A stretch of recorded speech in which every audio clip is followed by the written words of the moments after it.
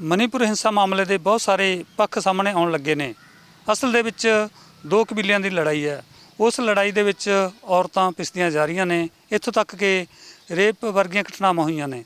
ਸਭ ਤੋਂ ਸ਼ਰਮਸਾਰ ਇਹ ਗੱਲ ਹੈ ਕਿ ਔਰਤਾਂ ਨੂੰ ਨੰਗਾ ਕਰਕੇ ਪਰੇਡ ਕਰਵਾਈ ਗਈ। ਜਿਸ ਤਰ੍ਹਾਂ ਮਜ਼ਾਕ ਉਡਾਉਣਾ ਹੁੰਦਾ ਕਿਸੇ ਔਰਤਾਂ ਦਾ, ਉਹ ਆਪਣੇ ਆਪ ਦੇ ਵਿੱਚ ਇਸ ਯੁੱਗ ਵਿੱਚ, ਇਸ ਦੌਰ ਵਿੱਚ, ਇਸ ਲੋਕਤੰਤਰੀ ਦੇਸ਼ ਵਿੱਚ ਘਿਨਾਉਣੀ ਹਰਕਤ ਹੈ, ਜਿਹਦਾ ਚਾਰੇ ਪਾਸਿਓਂ ਵਿਰੋਧ ਹੋਣਾ ਸ਼ੁਰੂ ਹੋ ਗਿਆ। ਪਰ ਵੱਡੇ ਸਵਾਲ ਇਹ ਨੇ ਕਿ ਜਦੋਂ ਘਟਨਾ ਵਾਪਰੀ ਕਿਉਂ ਨਹੀਂ ਮੁਲਜ਼ਮ ਸਮੇਂ ਸਿਰ ਫੜੇ ਗਏ?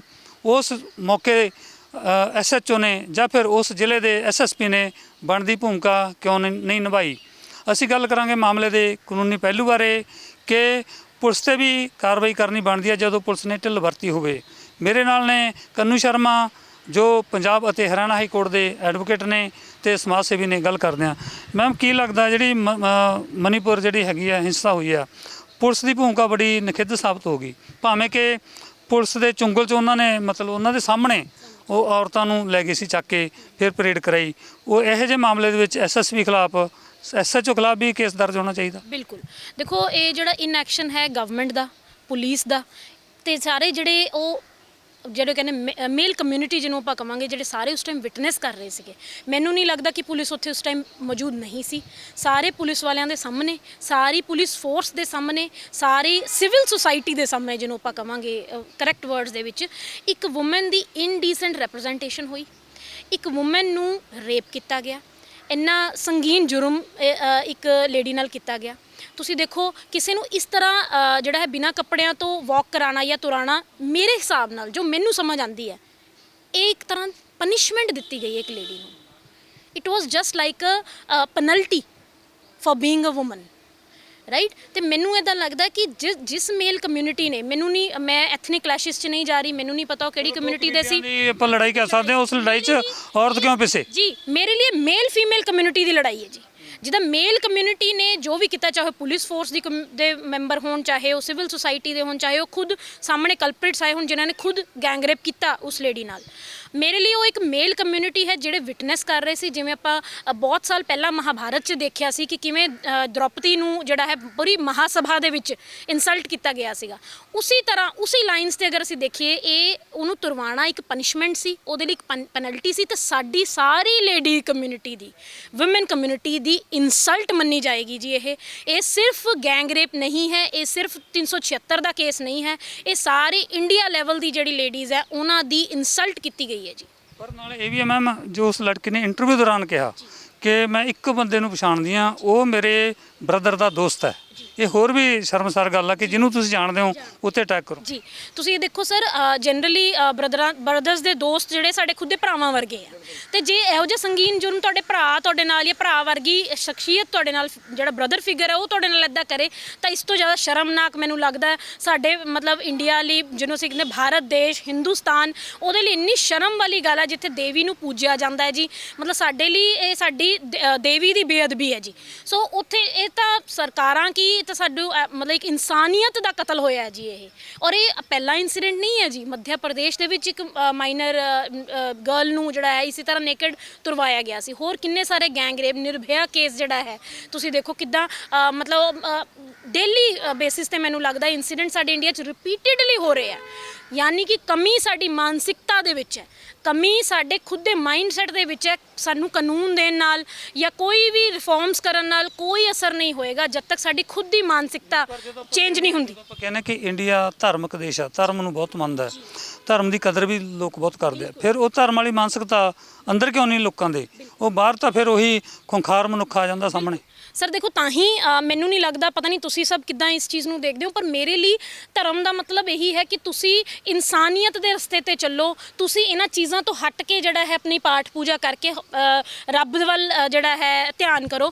ਤੇ ਲੋਕ ਮੈਨੂੰ ਲੱਗਦਾ ਸਿਰਫ ਮਤਲਬ ਦਿਖਾਉਣ ਲਈ ਹੀ ਉਹ ਪਾਠ ਪੂਜਾ ਕਰਦੇ ਨੇ ਜਾਂ ਫਿਰ ਰਿਲੀਜਨ ਨੂੰ ਫੋਲੋ ਕਰਦੇ ਨੇ। ਤੇ ਮੈਨੂੰ ਨਹੀਂ ਲੱਗਦਾ ਕਿ ਇਨਸਾਨੀਅਤ ਦੇ ਰਸਤੇ 'ਤੇ ਉਹ ਚੱਲਦੇ ਨੇ ਤੇ ਉਹਨਾਂ ਦਾ ਧਿਆਨ ਸਿਰਫ ਇਹਨਾਂ ਗੱਲਾਂ ਵੱਲ ਹੀ ਹੈ ਜੀ। Sexual assault is so common because all they have in their mind is this.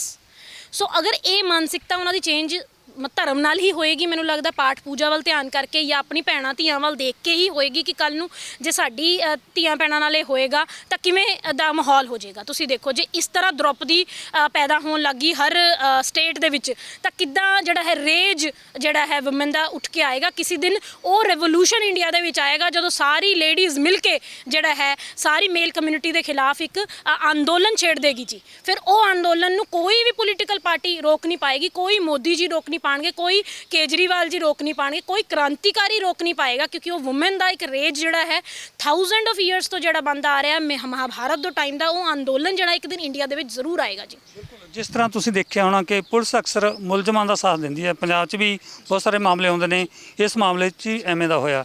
SSP ਜਾਂ ਫਿਰ ਜੋ ਐਸਐਚਓ ਆ ਏਰੀਆ ਦਾ ਉਹ 'ਤੇ ਵੀ ਕੇਸ ਹੋਣਾ ਚਾਹੀਦਾ ਦਰਜ। ਬਿਲਕੁਲ ਬਿਲਕੁਲ ਦੇਖੋ ਇਨਐਕਸ਼ਨ ਜਾਂ ਡਿਰੈਲਿਕਸ਼ਨ ਆਫ ਡਿਊਟੀ ਜਿਹਨੂੰ ਕਹਿੰਦੇ ਆ ਉਹ ਸਾਡੇ ਆਈਪੀਸੀ ਦੇ ਵਿੱਚ ਆਲਰੇਡੀ ਪਨਿਸ਼ੇਬਲ ਹੈ ਕਿ ਆਪਣੀ ਡਿਊਟੀ ਨਾ ਕਰਨਾ। ਆਫੀਸਰ ਜੇ ਸਪੋਜ਼ਡਲੀ ਪਬਲਿਕ ਡਿਊਟੀ ਜੇ ਤੁਹਾਡੇ ਸਾਹਮਣੇ ਕੋਈ ਰੇਪ ਹੋ ਰਿਹਾ ਤੇ ਤੁਸੀਂ ਪਬਲਿਕ ਆਫੀਸਰ ਹੋ ਤੇ ਤੁਸੀਂ ਕੋਈ ਐਕਸ਼ਨ ਨਹੀਂ ਲੈ ਰਹੇ ਤਾਂ ਤੁਹਾਡੇ ਤੇ ਵੀ ਐਕਸ਼ਨ ਬਣਦਾ ਹੈ ਜੀ। ਸੈਕਸ਼ਨਸ 173 174 ਦੇ ਆਸ-ਪਾਸ ਆਈਪੀਸੀ ਦੇ ਵਿੱਚ ਹੈਗੇ ਜਿਹਦੇ ਵਿੱਚ ਜਿਹੜਾ ਹੈ ਪੁਲਿਸ ਅਗਰ ਇਨਐਕਸ਼ਨ ਕਰਦੀ ਹੈ ਡਿਰੈਲਿਕਸ਼ਨ ਫਰਮ ਡਿਊਟੀ ਕਰਦੀ ਹੈ ਤਾਂ ਉਹਦੇ ਲਈ ਉਹ ਪਨਿਸ਼ੇਬਲ ਹੈ ਜੀ। ਸੁਪਰੀਮ ਕੋਰਟ ਨੇ ਵੀ ਨੋਟਿਸ ਲਿਆ ਸਾਰੇ ਮਾਮਲੇ ਦਾ, ਬੜੀਆਂ ਸਖਤ ਟਿੱਪਣੀਆਂ ਕੀਤੀਆਂ ਨੇ। ਸੁਪਰੀਮ ਕੋਰਟ ਕਿਸ ਤਰ੍ਹਾਂ ਦੇ ਆਰਡਰ ਕਰ ਸਕਦੇ ਕਿਉਂਕਿ ਸ਼ਾਇਦ ਆਉਣ ਵਾਲੇ ਦਿਨਾਂ 'ਚ 28 ਤਰੀਕ ਸ਼ਾਇਦ ਪਈ ਹੈ ਦੁਬਾਰੇ ਜੀ। ਦੇਖੋ ਜਸਟਿਸ ਚੰਦਰਚੂੜ ਜਿਹੜੇ ਹੈ ਸਾਡੇ ਚੀਫ ਜਸਟਿਸ ਆਫ ਇੰਡੀਆ ਉਹਨਾਂ ਦੀ ਬਹੁਤ ਸ਼ਾਰਪ ਕਮੈਂਟਸ ਜਿਹੜੇ ਹੈ ਐਂਡ ਕ੍ਰਿਟਿਸਿਜ਼ਮ ਆਇਆ ਹੈ ਵਿਚ ਇਜ਼ ਸੋ ਕਮੈਂਡੇਬਲ ਹੈ ਨਾ ਕਿ ਉਹਨਾਂ ਨੇ ਤੇ ਸੂਓ ਮੋਟੋ ਐਕਸ਼ਨ ਲੈਣ ਦਾ ਜਿਹੜਾ ਫੈਸਲਾ ਕੀਤਾ। ਮੈਨੂੰ ਨਹੀਂ ਲੱਗਦਾ ਇਹ ਗੱਲਾਂ ਦੱਸਣ ਵਾਲੀਆਂ ਨੇ ਜਾਂ ਇਹ ਉਹ ਹੈ ਪਬਲਿਕ ਨੌਲੇਜ ਦੇ ਵਿੱਚ ਜਿਹੜੀ ਚੀਜ਼ ਆਲਰੇਡੀ ਆ ਜਾਂਦੀ ਹੈ। ਸਾਡੇ ਲਾਅ 'ਚ ਕਾਨੂੰਨ 'ਚ ਲਿਖਿਆ ਹੋਇਆ ਵੀ ਕੁਝ ਗੱਲਾਂ ਪ੍ਰੂਵ ਕਰਨ ਦੀ ਲੋੜ ਨਹੀਂ ਪੈਂਦੀ, ਉਹਦੇ ਲਈ ਐਵੀਡੈਂਸ ਦੇਣ ਦੀ ਲੋੜ ਨਹੀਂ ਪੈਂਦੀ because they are in public domain already, they are in public knowledge. So ਇਸ ਤਰ੍ਹਾਂ ਜਿਹੜਾ ਸੂਓ ਮੋਟੋ ਐਕਸ਼ਨ ਜਿਹੜਾ ਹੈ ਕੋਰਟ ਵੱਲੋਂ ਆਪਣੇ ਆਪ ਕੋਗਨੀਜ਼ੈਂਸ ਲਿੱਤਾ ਗਿਆ ਹੈ ਇਹ ਬਹੁਤ ਹੀ ਸ਼ਲਾਘਾਯੋਗ ਹੈ। ਮੈਨੂੰ ਲੱਗਦਾ ਹੈ ਕਿ ਕੋਰਟ ਨੂੰ, ਸੁਪਰੀਮ ਕੋਰਟ ਨੂੰ, ਹਾਈ ਕੋਰਟ ਨੂੰ, ਜੱਜਸ ਨੂੰ ਇਹ ਸਟੈਪਸ ਬਹੁਤ ਪਹਿਲਾਂ ਲੈ ਲੈਣੇ ਚਾਹੀਦੇ ਬਟ ਇਹ ਕਿ ਵਾਇਰਲ ਨਾ ਹੋਣ ਕਰਕੇ ਜਿਹੜਾ ਇਹ ਸਾਹਮਣੇ ਨਹੀਂ ਆ ਪਾਇਆ।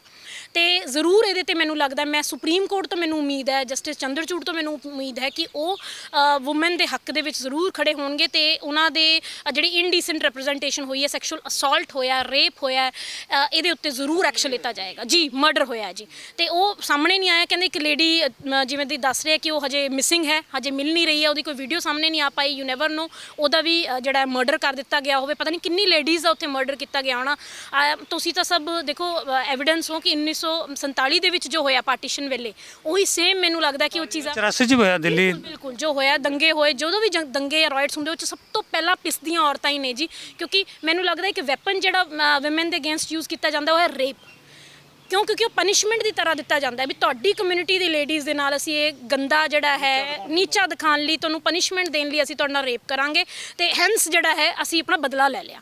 ਸੋ ਇਸ ਤਰ੍ਹਾਂ ਦੇ ਰਿਵੈਂਜਫੁਲ ਐਕਟਸ ਜਿਹੜੇ ਹਮੇਸ਼ਾ ਕਮਿਊਨਿਟੀ ਵਰਸਸ ਕਮਿਊਨਿਟੀ ਹੁੰਦੇ ਉਹਦੇ 'ਚ ਹਮੇਸ਼ਾ ਜਿੱਦਾਂ ਤੁਸੀਂ ਕਹਿ ਰਹੇ ਹੋ ਔਰਤ ਹੀ ਪਿਸਦੀ ਹੈ ਜੀ। ਮੈਮ ਜਿਸ ਤਰ੍ਹਾਂ ਪੂਰੇ ਪਿੰਡ ਨੂੰ ਘੇਰਾ ਪਾਇਆ ਸੀ ਜਿਨ੍ਹਾਂ ਨੇ ਬਲਾਤਕਾਰ ਕੀਤਾ ਉਸ ਧਿਰ ਨੇ ਕਿ ਸੈਂਕੜੇ ਬੰਦੇ ਸੀਗੇ ਪਰ ਜੋ ਪਰੇਡ ਕੀਤੀ ਉਹ ਵੀ ਹਾਸਾ ਮਜ਼ਾਕ ਉਠਾ ਰਹੇ ਸੀ, ਉਦੋਂ ਦੇਖ ਰਹੇ ਸੀ। ਕਿੰਨੇ ਕੁ ਤੇ ਫਿਰ ਕੇਸ ਬਣਦਾ ਪੂਰੇ ਟੋਟਲ ਤੇ ਬਣਦਾ, ਟੋਟਲ ਤੇ ਧਰਾਵਾਂ ਲੱਗ ਸਕਦੀਆਂ ਨੇ? ਸਰ ਦੇਖੋ ਮੌਬ ਇਟਸੈਲਫ ਇਨਵੋਲਵਡ ਹੈ ਸਭ ਤੋਂ ਇੰਪੋਰਟੈਂਟ ਤੇ ਸਪੈਸ਼ਲ ਨੌਲੇਜ ਦੇ ਵਿੱਚ ਹੈ ਇਹ ਸਭ ਦੇ ਕਿ ਵੀ ਅਸੀਂ ਇਹ ਕ੍ਰਾਈਮ ਕੀਤਾ ਹੈ। ਸੋ ਐਵੀਡੈਂਸ ਦੀ ਵੀ ਕੋਈ ਲੋੜ ਨਹੀਂ ਹੈ ਤੇ ਡੈਫੀਨੇਟਲੀ ਜਿਹੜਾ ਹੈ ਸਭ ਦੇ ਅਗੇਂਸਟ ਇਹ ਬਣ ਸਕਦਾ। ਗੈਂਗ ਰੇਪ ਜਿਹੜਾ ਹੈ 376D ਲਗਾਉਣ ਦਾ ਮਤਲਬ ਹੀ ਇਹੀ ਹੈ ਕਿ ਅਸੀਂ ਚਾਹੁੰਦੇ ਕਿ ਜ਼ਿਆਦਾ ਤੋਂ ਜ਼ਿਆਦਾ ਲੋਕ ਇਸ ਦੇ ਘੇਰੇ ਦੇ ਵਿੱਚ ਆ ਜਾਣ।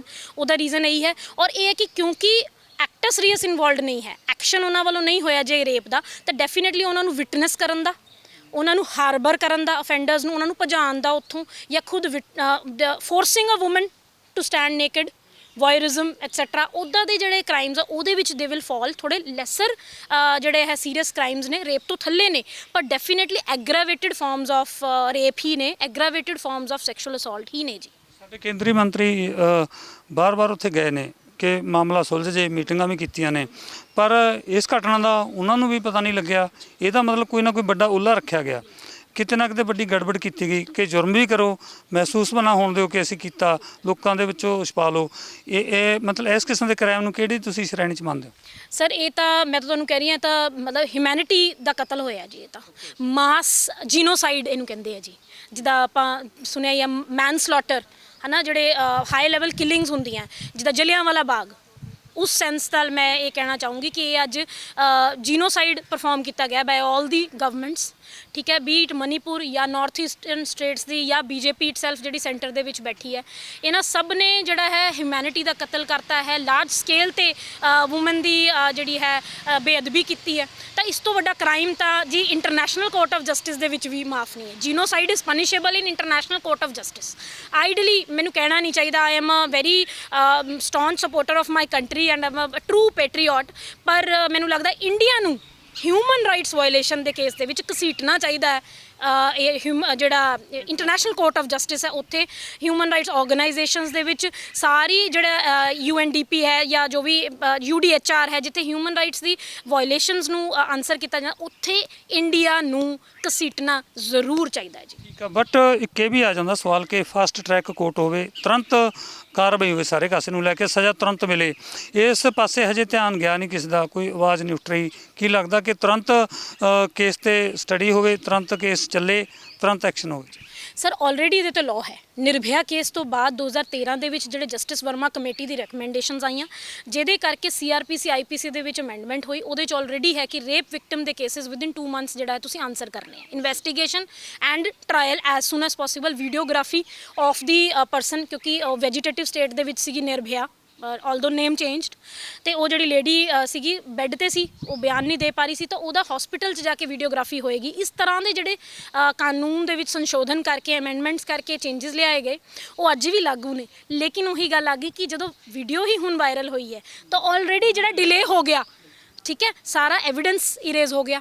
ਹੁਣ ਜੇ ਮੈਡੀਕਲ ਐਗਜ਼ਾਮੀਨੇਸ਼ਨ ਕਰਾਂਗੇ ਲੇਡੀ ਦਾ, ਠੀਕ ਹੈ ਜੀ, ਹੁਣ ਜੋ ਉਹ ਐਵੀਡੈਂਸ ਅਵੇਲੇਬਲ ਹੀ ਨਹੀਂ ਹੋਣਾ। ਵਾਇਰਲ ਲੇਟ ਕਰਨ ਦਾ ਨੁਕਸਾਨ ਸਾਡੀ ਇਨਵੈਸਟੀਗੇਸ਼ਨ ਨੂੰ ਹੀ ਹੈ, ਫਾਲਟੀ ਇਨਵੈਸਟੀਗੇਸ਼ਨ। ਜਦੋਂ ਲੜਕੀਆਂ ਚੁੰਗਲ 'ਚ ਛੁੱਟੀਆਂ, ਉਹਨਾਂ ਨੇ ਜਾ ਕੇ ਥਾਣੇ ਦੇ ਵਿੱਚ ਰਿਪੋਰਟ ਵੀ ਕੀਤਾ, ਉਹਨਾਂ ਨੇ ਡਿਲੇ ਕੀਤਾ, ਪੁਲਿਸ ਨੇ ਧਿਆਨ ਨਹੀਂ ਦਿੱਤਾ। ਪੁਲਿਸ ਤੇ ਤਾਂ ਵੱਡੀ ਕਾਰਵਾਈ ਬਣਦੀ ਹੈ ਫਿਰ। ਉਹਨਾਂ ਨੇ ਤੁਰੰਤ ਮਤਲਬ ਪੁਲਿਸ ਨੂੰ ਸੂਚਨਾ ਦਿੱਤੀ ਸੀ, ਪੁਲਿਸ ਦਾ ਫਰਜ਼ ਸੀ ਕਿ ਮੈਡੀਕਲ ਕਰਾਉਂਦੇ, ਅੱਗੇ ਕਾਰਵਾਈ ਕਰਦੇ। ਸਰ ਦੇਖੋ, ਜਿਹੜਾ ਲਾਅ ਕਹਿੰਦਾ ਪ੍ਰੋਸੀਜਰਲ ਸੇਫਗਾਰਡਸ ਆਲਰੇਡੀ ਲਾਅ ਦੇ ਵਿੱਚ ਦਿੱਤੇ ਹੋਏ ਆ। DK ਪਾਸੂ ਦੀ ਜਜਮੈਂਟ ਸਾਡੇ ਕੋਲ ਹੈ, ਜੋਗਿੰਦਰ ਕੁਮਾਰ ਦੀ ਜਜਮੈਂਟ ਹੈ, ਅਰਨੇਸ਼ ਸਿੰਘ ਹੈ, ਇਹ ਸਾਰੀ ਜਜਮੈਂਟਾਂ ਸਾਨੂੰ ਪ੍ਰੋਸੀਜਰਲ ਸੇਫਗਾਰਡ ਦਿੰਦੀ ਹੈ ਕਿ ਕਿੱਦਾਂ, ਜਿੱਦਾਂ ਹੀ ਇਨਸੀਡੈਂਟ ਹੋਇਆ, ਫਸਟ ਸਟੈਪ ਤੁਸੀਂ ਕੀ ਲੈਣੇ ਆ। ਤੇ ਜੇ ਪੁਲਿਸ ਨਹੀਂ ਕਰਦੀ, ਉਹਦੇ ਤੇ immediate suspension of police officer is recommended in all the cases। ਉਸ ਤੋਂ ਇਲਾਵਾ ਰੈਜ਼ਿਗਨੇਸ਼ਨ ਆਫ CM ਸ਼੍ਰੀ ਬੀਰੇਨ ਕੁਮਾਰ ਜਿਹੜੇ ਨੇ, ਉਹਨਾਂ ਨੂੰ ਜਿਹੜਾ ਹੈ ਰੈਜ਼ਿਗਨੇਸ਼ਨ ਦੇ ਦੇਣਾ ਚਾਹੀਦਾ ਮੈਨੂੰ ਲੱਗਦਾ, just in solidarity with what ever happened with the community. ਤੇ ਮੈਨੂੰ ਨਹੀਂ ਲੱਗਦਾ ਪੋਸਟ ਨਾਲ ਇੰਨਾ ਪਿਆਰ ਹੋਣਾ ਚਾਹੀਦਾ ਕਿ ਤੁਹਾਡੀ ਲਾਅ ਐਂਡ ਆਰਡਰ ਸਿਚੁਏਸ਼ਨ ਦਾ ਇੰਨਾ ਬੁਰਾ ਹਾਲ ਹੈ ਐਂਡ ਯੂ ਆਰ ਸਟਿਲ ਨਾਟ ਰਿਜ਼ਾਈਨਿੰਗ।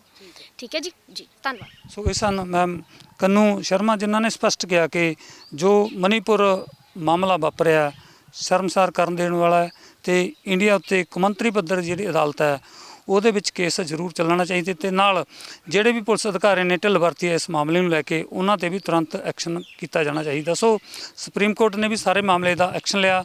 ਸੋ ਦੇਖਦੇ ਹਾਂ ਆਉਣ ਵਾਲੇ ਦਿਨਾਂ ਦੇ ਵਿੱਚ ਇਹ ਮਸਲਾ ਕਿਵੇਂ ਹੱਲ ਹੋਏਗਾ। ਕੈਮਰਾਮੈਨ ਜਗਸੀਰ ਦੇ ਨਾਲ ਦਰਸ਼ਨ ਸਿੰਘ ਖੋਖਰ, ਚੰਡੀਗੜ੍ਹ। ਹੁਣ ਤੁਸੀਂ ਦੇਖ ਸਕਦੇ ਹੋ ਗਲੋਬਲ ਪੰਜਾਬ ਟੀਵੀ ਨੂੰ ਡਾਊਨਲੋਡ ਕਰੋ ਸਾਡੀ ਐਪ ਐਂਡਰੋਇਡ ਜਾਂ iOS ਤੇ ਫ੍ਰੀ ਵਿੱਚ, roku ਅਤੇ Amazon Fire TV ਤੇ ਜਾਂ Apple TV ਤੇ। ਨਾਲ ਹੀ ਦੇਖ ਸਕਦੇ ਹੋ ਲਾਈਵ ਸਟ੍ਰੀਮਿੰਗ www.globalpunjabtv.com ਤੇ।